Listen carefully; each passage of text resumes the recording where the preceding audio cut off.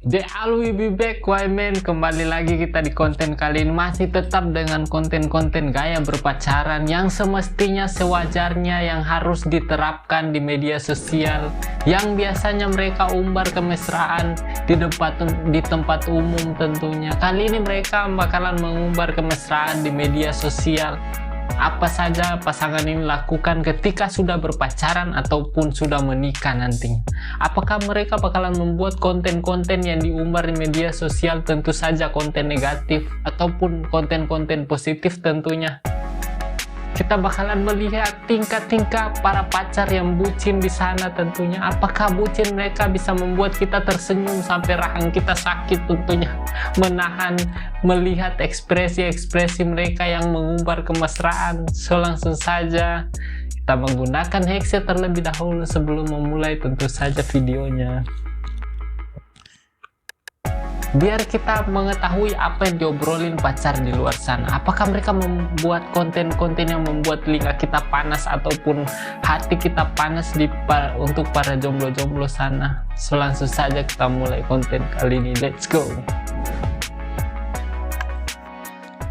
Kalau bukan di mobil, di motor, pasti di kosan. Sudah pasti fix. Ini menandakan mereka sudah lebih dari 1 tahun berpacaran. Apalagi yang udah mainnya ke kos, ya itu sudah saling coba menyoba. Maksudnya coba datang ke tempat kosan, kan otomatis sudah pada kenal ya tetangga. Jadi sudah mulai akrab tentunya. Apakah mereka bisa lanjut ke pernikahan tentunya? So langsung saja kita tetap bakalan memantau konten-konten seperti ini.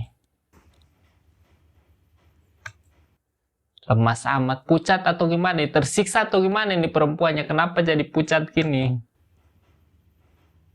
Memang di kosan itu tidak boleh terlalu banyak bergerak atau tidak boleh terlalu berisik. Memang harus tenang, kondisi dan situasi memang harus tenang. Selalu membuat kita, ada saja ide mereka untuk membuat kita tersenyum dikala jomblo-jomblo kesepian di luar sana, apalagi musim hujan masih tetap berlanjut tentunya. Trauma sih. Biar apa? Kalian biar pegang pipinya itu biar apa? Merasa bahagia atau gimana? Tolong jelaskan ke kita di sini bagi kalian para pacar prianya. Kenapa harus pegang pipi itu? Kenapa? Pipi lah, muka, kenapa gak pegang yang lain? Padahal ada tempat lain yang paling enak dari pipi. Mungkin tangan, pegang tangan kan bisa gini. Gak perlu harus pipi terus. Ada apa dengan pipi ini? Kan pegang tangan juga bisa. Pegang tangan lebih erat. Sulit. Namanya juga sudah di kosan. Apa saja bisa terjadi kalau di kosan. Memang selain pipi ada tempat lain yang harus dipegang juga, tangan biar erat. Ya sih, masih berpacaran tidak boleh, bukan muhrim. Yang tempat lain itu bukan muhrim, tidak boleh. Skill macam apa ketika pacar bisa datang ke kosan? Itu skill macam apa? Coba tunjukin, ajarin ke kita untuk kalian para pacar prianya di luar sana. Skill macam apa yang kalian gunakan sehingga pacar bisa datang ke kosan tanpa harus dipaksa atau tanpa harus membuat perjanjian. Kalau untuk kosannya sudah pasti kosan bebas. Tidak mungkin kosan tidak bebas terus prianya bisa masuk, kan tidak mungkin. Pasti kosan sudah bebas. Mungkin sekedar ilmu ya, buat memberitahu para penonton sekalian cara dan trik gimana biar bisa pacar bisa datang ke kosan tentunya.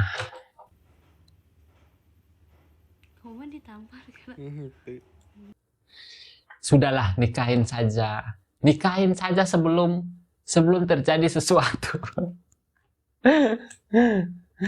Tapi kayaknya sudah terjadi sesuatu sih, sudah adu mekanik tentunya di kosan ini. Tidak mungkin perempuannya sampai datang, tapi ada juga yang baik-baik. Ini masalahnya, kondisinya ini, kosannya ini tertutup, pintunya sudah ditutup, otomatis kan harus ada izin terlebih dahulu kan. Kalau ke kosan kan otomatis harus izin ke teman, kasih perkenalan sama teman di samping. Kalau dilihat-lihat sih tidak mungkin ini pintunya dalam kondisi kebuka ya. Itu tidak mungkin ya. Pasti kondisi tertutup, cuma berdua. Kalau kondisi pintu terbuka, pasti banyak dong orangnya. Otomatis logikanya kan seperti itu. Kalau pintu terbuka pasti ada temannya di luar pintu yang lagi duduk juga. Biar tidak dimarahin oleh bapak kos atau ibu kos tentunya. Tapi kalau sudah naik, perempuannya sudah sampai di kasur, sudah beda lagi skillnya ini. Ini rayuannya sudah level di atas, pro tentunya.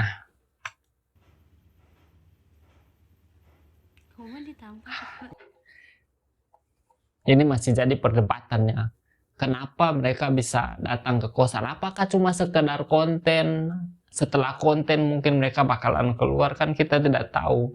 Ataupun setelah konten bisa tidur. Mungkin lagi nginap, lagi buat tugas. Kan bisa juga. Banyak alasan tentunya bisa. Harusnya kita banyak belajar sih. Banyak alasan yang bisa digunakan. Untuk membuat pacar kita bisa nginap di kosan. Nginap saja ya, nginap. Tidur saja. Bukan tidur berdua tentunya. Habis itu kan tidur pisah-pisah ya. Tidak boleh satu ranjang, itu tidak boleh. Bukan muhrim, belum waktunya untuk kalian melakukan sesuatu hal yang dianggap di luar batas orang berpacaran tentunya.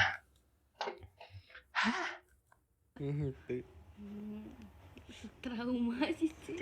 Cingan itu. Untuk para jomblo apa yang harus dipegang ini?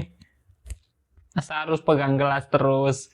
Tangan masa harus pegang botol terus, gelas, rokok, yang lain lah. Konten-konten berpacaran zaman sekarang memang aneh-aneh. Kalau tidak di kos, di mobil itu kayak kurang lengkap. Gaya berpacaran sekarang harus ada di kosan atau di mobil atau di tempat umum. Berduaan, harus berdua, tidak boleh sendiri-sendiri. Memang seperti itu konsep berpacaran zaman sekarang. Nanti sudah diputusin baru nangis. Dari konten ini kita belajar bahwa skill itu diperlukan tentunya. Jangan cuma mainnya di luar, di tempat kopi atau di kafe-kafe, sudahlah. Itu zaman dulu, sekarang memang harus mainnya di kosan.